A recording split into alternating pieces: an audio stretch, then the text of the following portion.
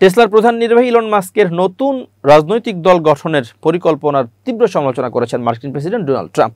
রোববার সাংবাদিকদের সাথে কথা বলার সময় ট্রাম্প বলেন, আমি মনে করি তৃতীয় দল শুরু করা হাস্যকর। ট্রাম্প আরও বলেন, এটি সর্বদা একটি দ্বিদলীয় ব্যবস্থা এবং আমি মনে করি তৃতীয় দল শুরু করা বিভ্রান্তি আরও বাড়িয়ে তুলবে।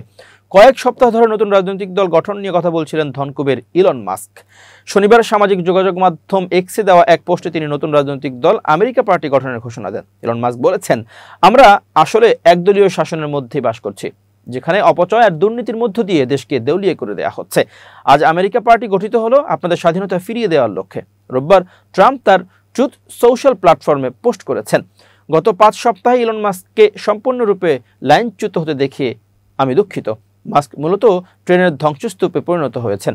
ট্রাম্পের এক সময়ের ঘনিষ্ঠ মিত্র টেসলার প্রধান নির্বাহী ট্রাম্প প্রশাসনের ডিপার্টমেন্ট অব গভর্নমেন্ট এফিসিয়েন্সি এর নেতৃত্ব দেন, যা ফেডারেল ব্যয় কমাতে সহায়তা করার জন্য দায়িত্বপ্রাপ্ত। এর আগে যুক্তরাষ্ট্রের নতুন রাজনৈতিক দল দরকার আছে কিনা এই বিষয়ে একটি জরিপ চালিয়েছেন মাস্ক। এক্সে চালানো ওই জরিপে প্রায় 12 লাখ ভোট পড়ে, যার 2/3 নতুন দল চেয়েছে বলে জানান তিনি।